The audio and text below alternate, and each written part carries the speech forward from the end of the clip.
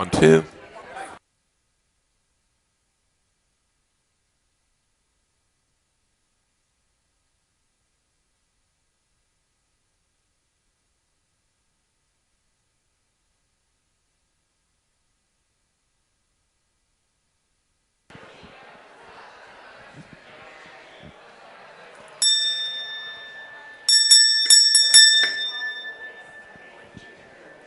Ladies and gentlemen, please head this way. Thank you.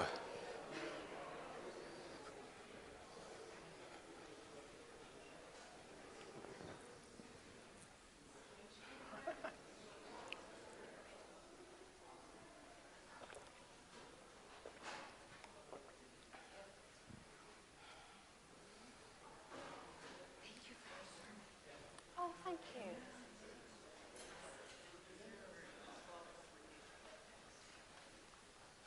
Okay, good. Thank you all so much for being here, and a special word of thanks, obviously, to our presenter, the Reverend Dr. Emma Percy. We are really very grateful for your presence, and I think we are in anticipation of what we shall hear. So with that, we will not hold forth, but welcome, and I'll sit down.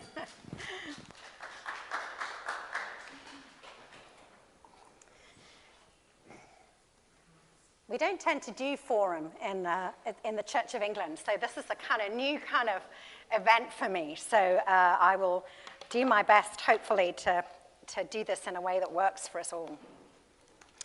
So when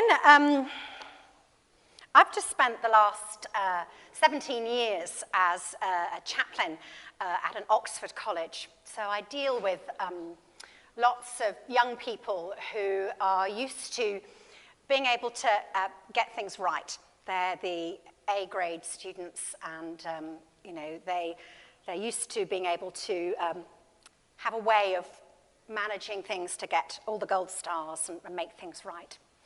And what they often struggle with is perfectionism. So this sense that actually, because it works, in their exams or things like this, that if you kind of do this and you follow the formula, you get everything right. It doesn't work like that with so much else in life. And what tends to happen when people get very caught up in perfectionism is they kind of buy the kind of what I call the myth of perfect control. This kind of myth that is fed to us not just through our education systems, but often through kind of things that are the way that things are advertised to us, this kind of notion that there is a way to get everything right. If we, eat the right foods, we're going to stay healthy and nothing's going to happen to us. If we use the right cleaning products, we can kill all germs, and et cetera, et cetera. And we can very easily get sucked into this myth of perfect control, that somehow there is a way to get everything right. And when we find it doesn't work, then a tendency comes either to blame ourselves, and people can actually be quite hard on themselves, because I've not got it right. Somehow I'm responsible for this. And that can lead to, particularly amongst our student body, led to high levels of people being diagnosed with anxiety or with depression. That sort of sense that somehow it's my fault. Or, of course, you can go the other way and you can just blame everyone else. So the reason that things are not working is because I've done it all right and other people have not. And I think that for all of us at the moment, coming out of the back of this global pandemic, we've really been brought up quite strongly against this sense of dis-ease as we find that something as crazy as a tiny virus can disrupt all our lives. And it's reminded us quite powerfully that not everything is within our control. And I just want to share with you this morning some of the writing and thinking I've done over time about actually how we deal with the fact that a lot of things in life are outside our control, what the philosophers call contingencies, the idea that life is unpredictable. Because the myth of perfect control is a myth, And so is the myth of individualism, the kind of notion that somehow we are, in control of our lives because we can be individuals. The reality of human life is that we are interdependent.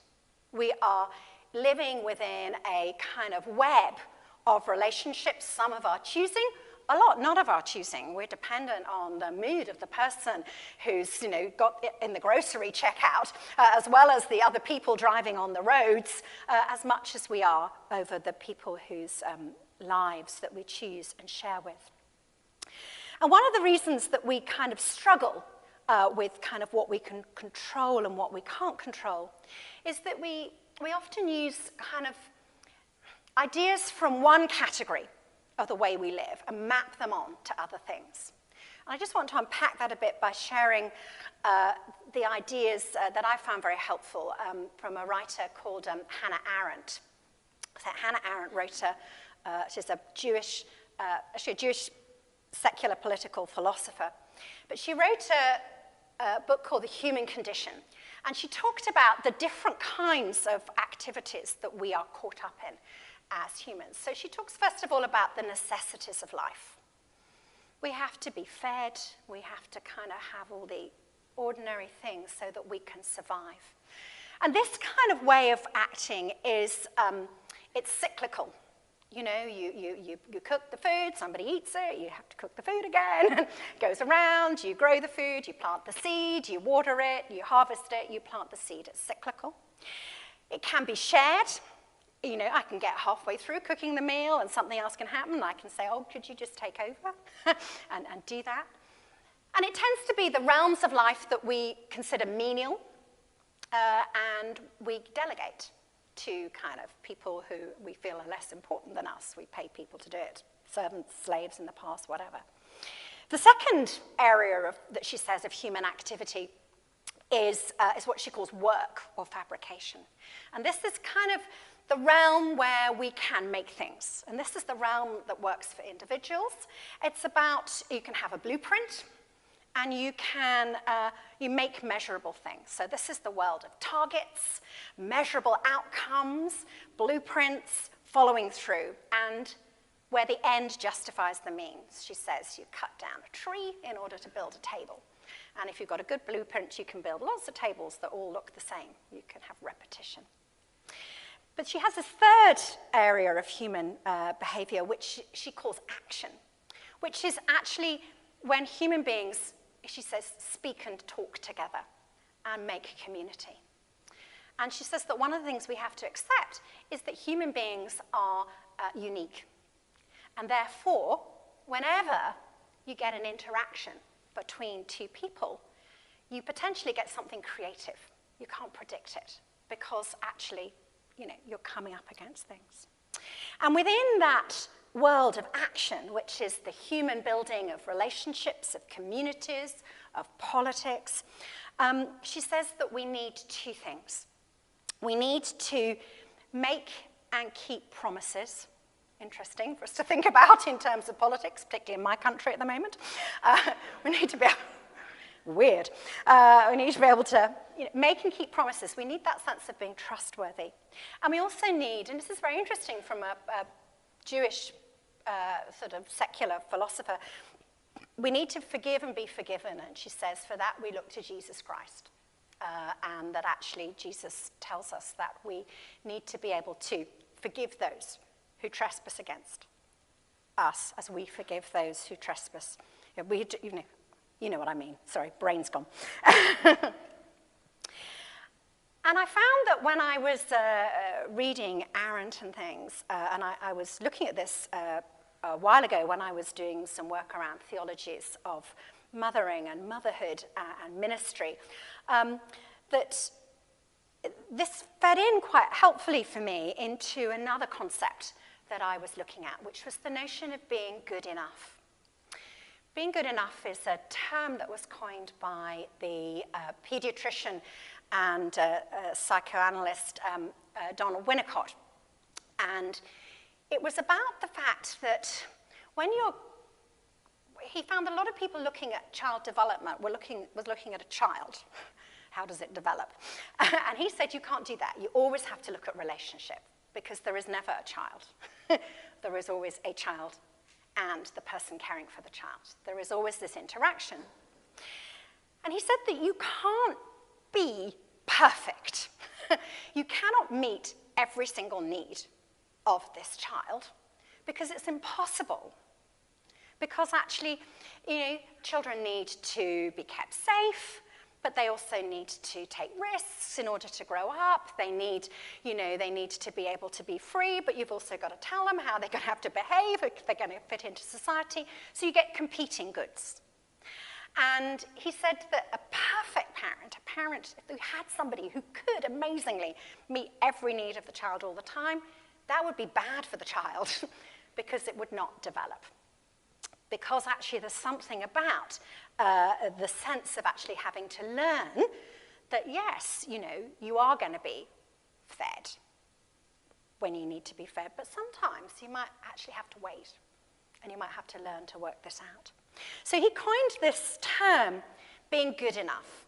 He said that you either need, he said you can't have a perfect parent, but you need a good enough one. And what a good enough one is one who is trustworthy enough for you to be able to depend. Enough, get it right often enough, but who also creates that space that enables you to learn for yourself and to develop.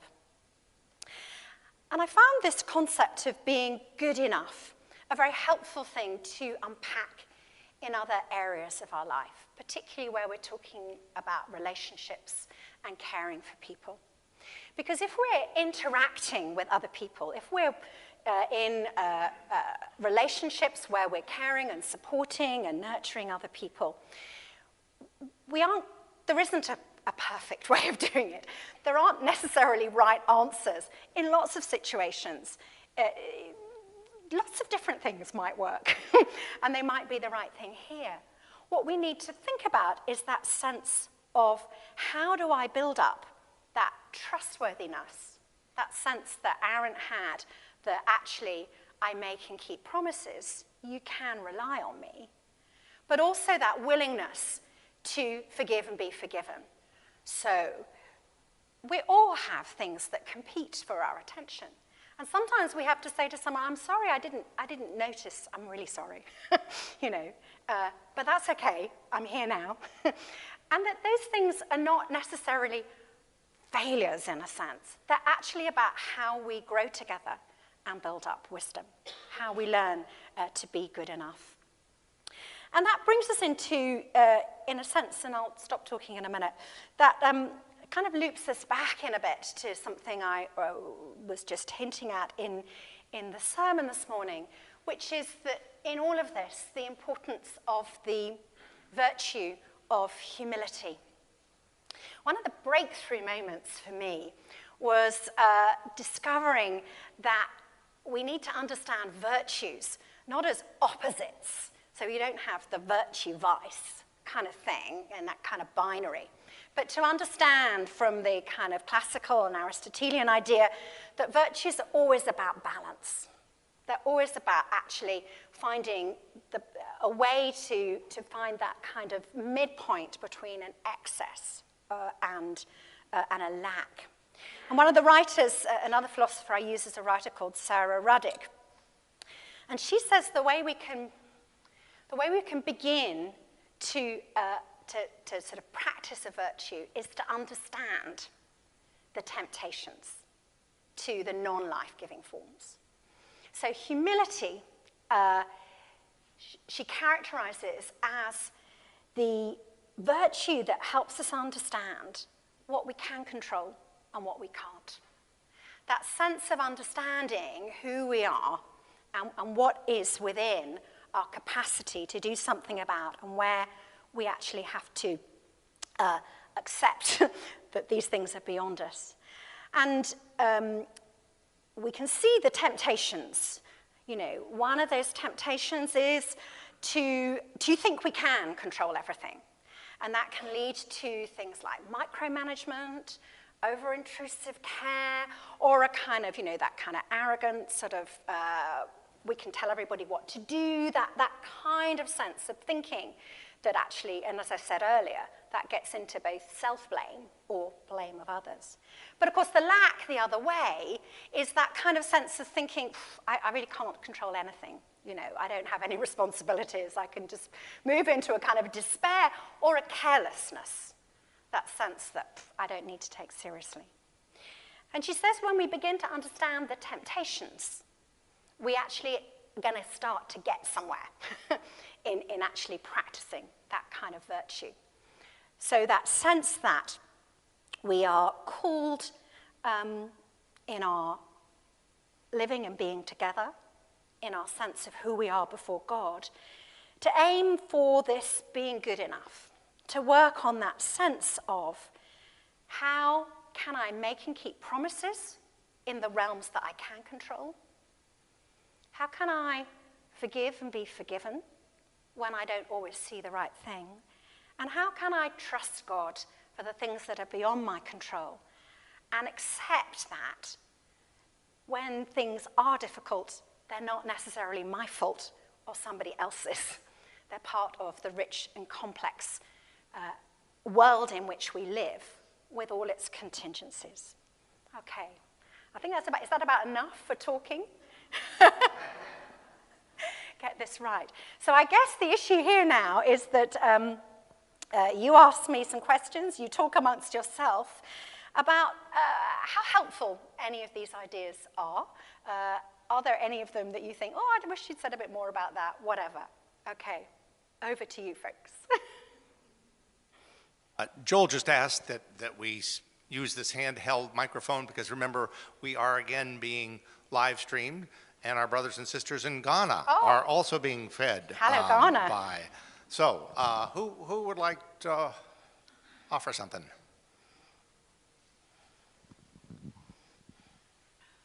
Hi, thanks so much for being here. My name is Church Hutton, and I found what you said very helpful. We have 3 young kids, and our eldest is a bit of a perfectionist, and we get stressed out about every imperfection. She gets stressed out about every imperfection. So the way that you have characterized the reality of our world is helpful because that's something that we can then share with her. Thank you. Thank you. Yeah.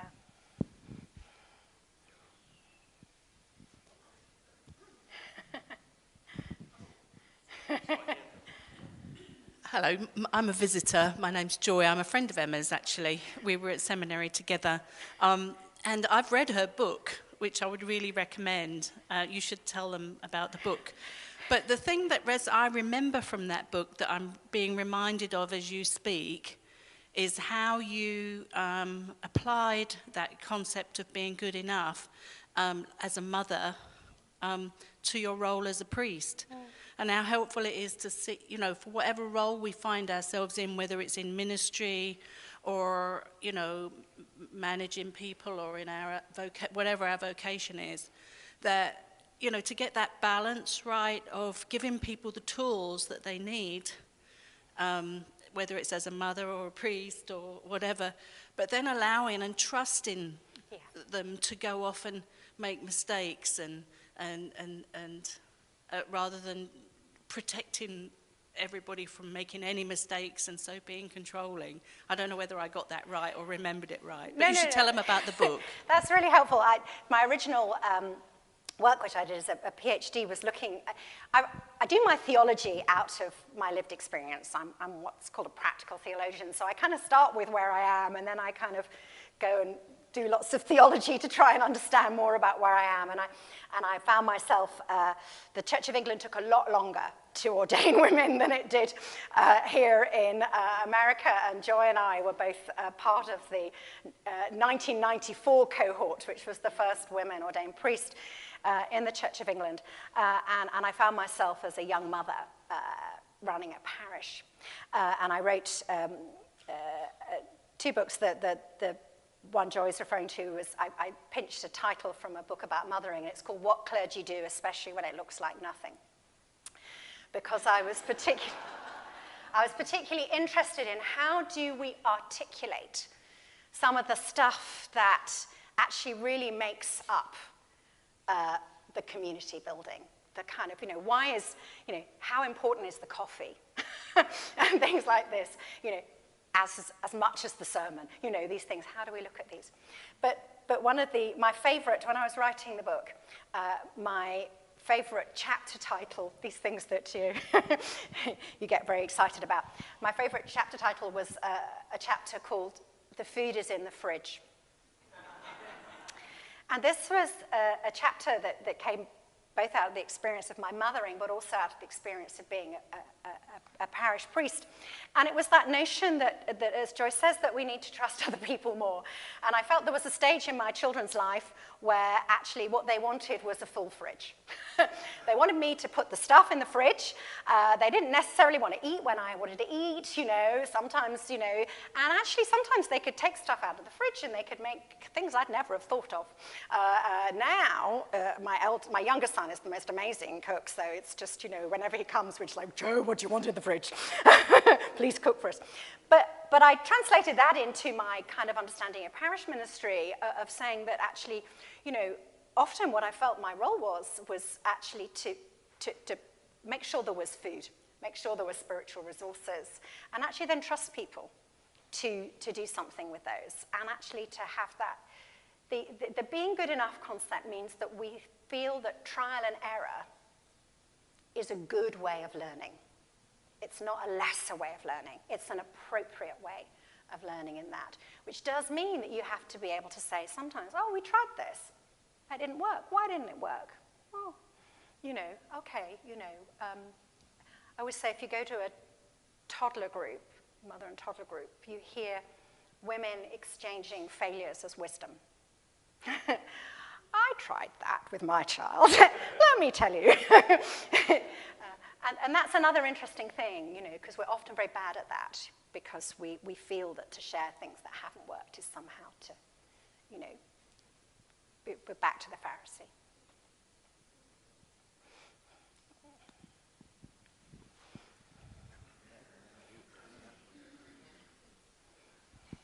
Thank you very much. You have described sort of how you can get tripped up being at either extreme. Yeah. And there's this ideal of the being good enough. But if you are at an extreme and it's not immediately, you're not immediately conscious of it, is there an amends process or anything that plays a role in this? I'm curious. I think what's really interesting is that we're often at the extremes. Some people are at the extremes because they're just difficult people. And that's a whole other world in which we do. But often we end up at extremes out of our fears. And it's really interesting. And some of the stuff that I'm hoping to work on while I'm here at VTS, is actually kind of trying to write and think about actually how we respond to fear. And that, particularly in a world where we're kind of told that we should be able to control everything, I think that fear of loss of control, or that fear that if we don't get everything right, somehow people are going to get hurt, things like that. We can have very good motivations for being in those places. And I guess sometimes it's about checking in about how are other people responding to this. It's about having good friends. We can often understand more about ourselves if we can trust other people to be honest with us. And I think that that sense that we kind of need those relationships which can say you're over anxious about this, or how do we let go a bit more? And I think I do think one of the you have to look at, and I also think I'm really interested at the moment in joy. Not just this joy, but in in that sense of, do you have a capacity for joy in what you're doing? And I think that the constant thread through the Bible of the sense that there should be joy and rejoicing in our life. So I think that's an interesting checking point. Am I able to enjoy any of this? Is it? And why aren't I? And is that actually just because sometimes we're just going through things that are, sometimes when we're going through things that are outside our control. Yeah, I've just been through an unbelievably difficult period of my life. And one of the things that being messed around by people, things outside my control. And one of the things that I've been very interested in is that the one thing they couldn't destroy was my capacity for joy. And that ability to find that, sometimes in just very small places. So I think that's one of those things I would say is a useful thing to look at. You know, can I still find joy and goodness? Does that help at all? Thank you. Mother M. Is this on? Yeah. Oh, it is. I'm Diane Simmons, and thank you so much, Mother Emma, for being here. And your sermon really resonated with me. And I'm sorry I walked in late, but I was cleaning up as an usher, not because I just walked in and said I have to talk. But through, as we've all had our ups and downs, I've probably learned a hard way, but in a beautiful way ever since, the importance of humility, which I thought before I had to deal with certain things was basically kind of, you know, a lack of strength. Well, and then the other thing I wanted to say from listening to your sermon and today is that in my own experience, I find, and I certainly felt it today in church, that being able to be humble and practice it allows me to be open to both God's love and others, in addition to forgiving myself. And I hadn't hit me until today. So thank you. Thank you for being here. Thank you.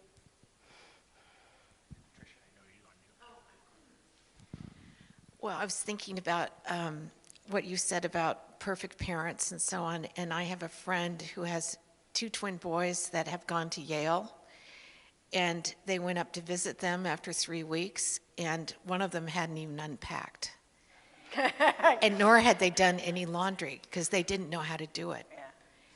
The mother had done everything for them. And when my kids were growing up, and my sister's son was at our house often, I mean, they hated doing the dishes after dinner. They loved eating dinner and all that.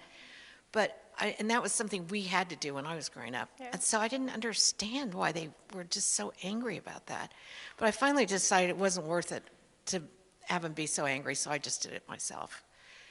And I don't know what the lesson is in that, because obviously they're doing dishes now. But the young lady who's been the perfect parent, you know, has left these boys not even knowing, you know, how to pick up their clothes or anything, because she did it all. And she's so worried about their being gone, you know, how that is. It's how bereft you feel when your kids go to college. Well, some of us do. But in any case, that's what I was thinking about. Oh, and one other thing. I worked here at St. Mary's for a number of years, and Andrew used to do your book about what you do. Yeah. Andrew used to say that people would say to him, well, you only work on Sunday. What are you doing the rest of the week?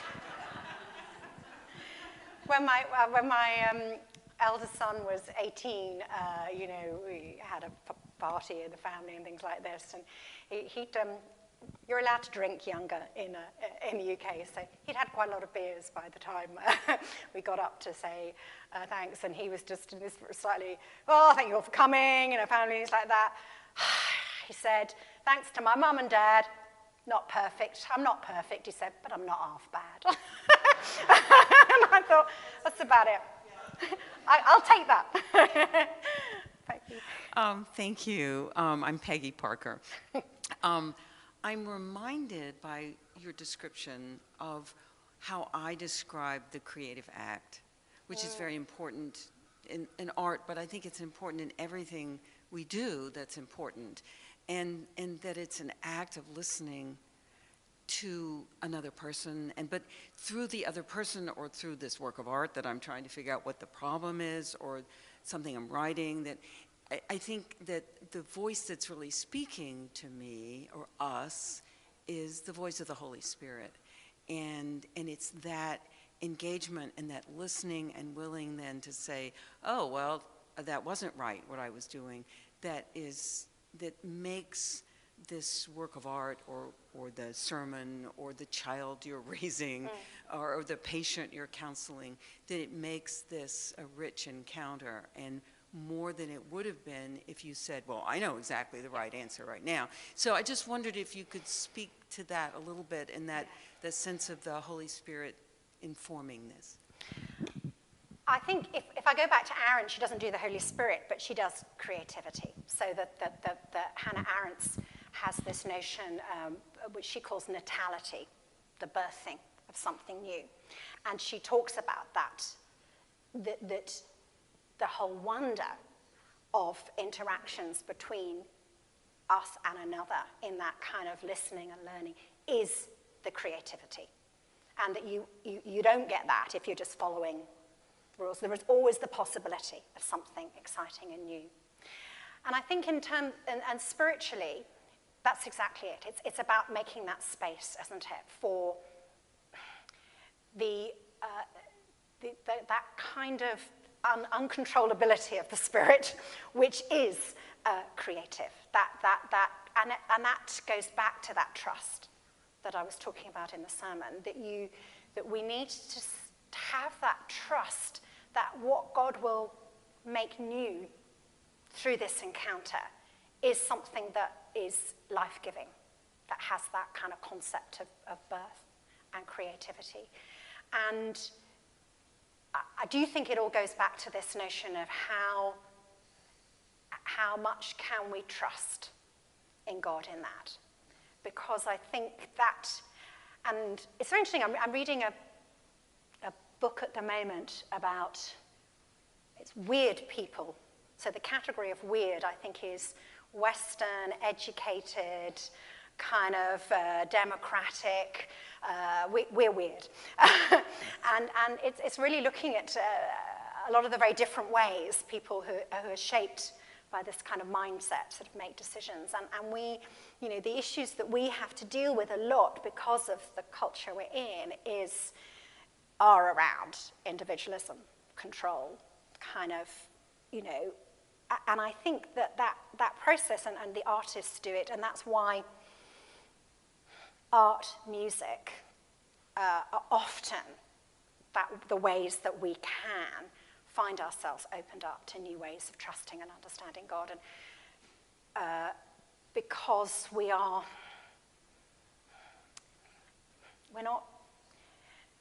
not in a sense putting the answer first, in a sense.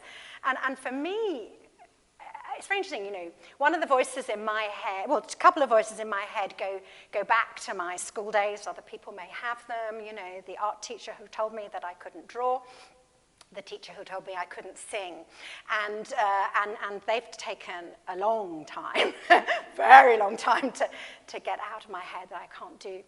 And one of the things I found most interesting was beginning to realize that I was a very creative person and to find the outlets for that. And through this really complicated period that I've been through was discovering poetry for me as the way I could be open to the Spirit, really, and that I could sit with kind of the issues I was dealing with and my faith in God and just see where that took me. And sometimes it took me to some quite angry poems because sometimes we need to deal with that, and that's not a problem. We kind of do need to actually, be honest and open, and sometimes, just do some very hopeful things. But the gift to the rest of us, of the people who are artists, who are musicians and things like that, because sometimes we need, particularly I think in our culture, to be taken away from words. Even though I say poetry there, but we need to be taken into those spaces where actually, our minds are kind of open. Yeah, thank you. I was just going to comment that your talk helped remind me that I think the word just should be used very judiciously by Christians. Because remember that Joseph is referred to as a just man because he does not dismiss Mary. There's that kind of just. But what I hear way too much, and which you spoke to, and I don't know how the Spirit led you to identify one of the third rails in this parish, but coffee is a big deal in this parish, and it's because I think, oh, well, I just prepare the coffee, or I just teach in the church school, or, oh, no, I just. And that needs to go out of our vocabulary as Christians, because there is no just. All ministry is absolutely essential. So thank you for reinforcing that. Mother Sarah?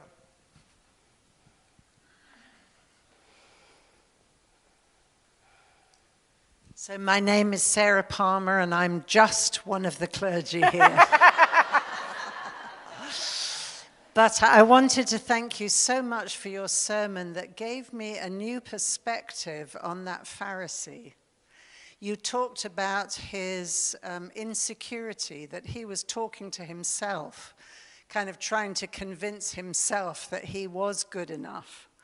And that was just a new way of looking at perfectionism and being a little bit more compassionate about people that I could write off as arrogant and self-centered.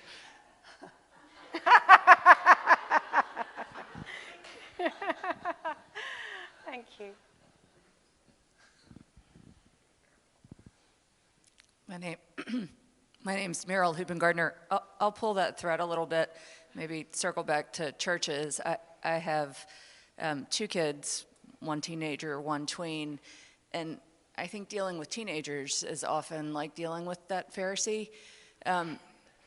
But I do think there is that deep insecurity that they're dealing with, and it can manifest as perfectionism, and in the same breath can manifest as, you know, deep insecurity or self-loathing or trying to figure out who they're supposed to be on this planet. And I was struck by the trust that's required with the adults in their life is a hard thing to manage, and it's very fragile.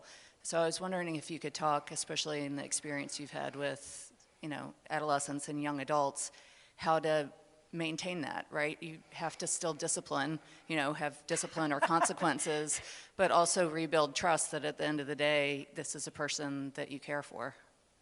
Wow. You know, I think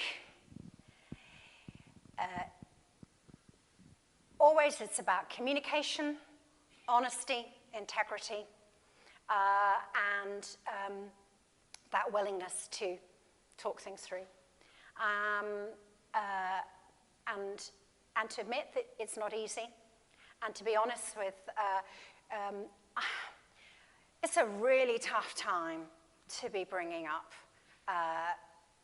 kids at the moment, because we are in the middle of such a mammoth change in how knowledge is processed and shared.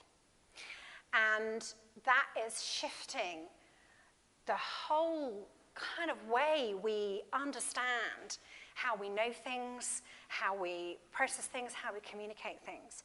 And the problem is that we're the older generation, we're still very shaped by the kind of models of knowledge and learning, and when we could switch things off and when we could do things that are just very different for young people.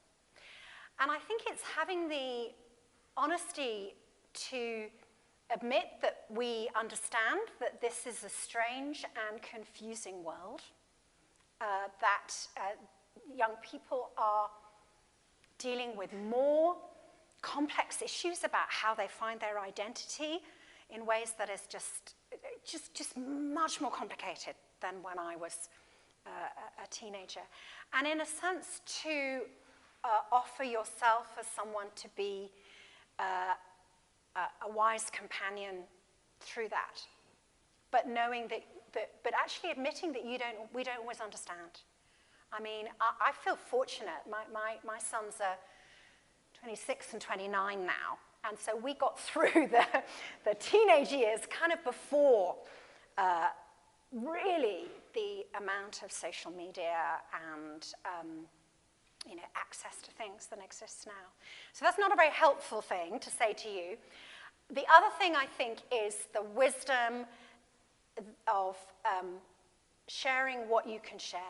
So I do think communities bringing up kids. I mean, so my sons benefited from other adults who were part of their life who were not me. And so one of the things that connects Joy and I to each other is that we each have a son who shares the same godmother. And she's very different from me.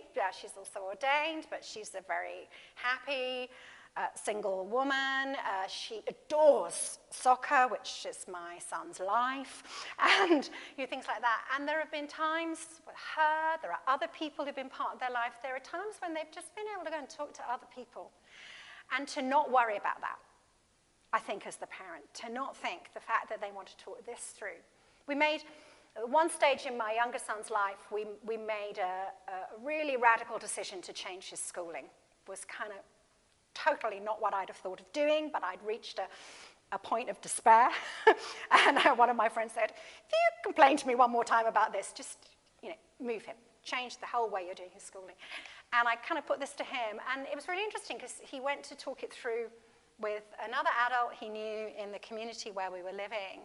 And I said this to someone, and they said, weren't you upset? And I said, no, I was just really pleased that actually he could go. And he came back to me after a bit, and he said, I've talked to Helen Ann, and I think if this is what you want to do, then I think I'd be happy if I went here.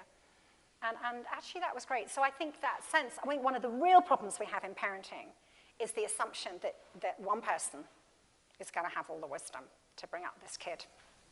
Share it. Bless you. It's 11 o'clock. Oh, thank you.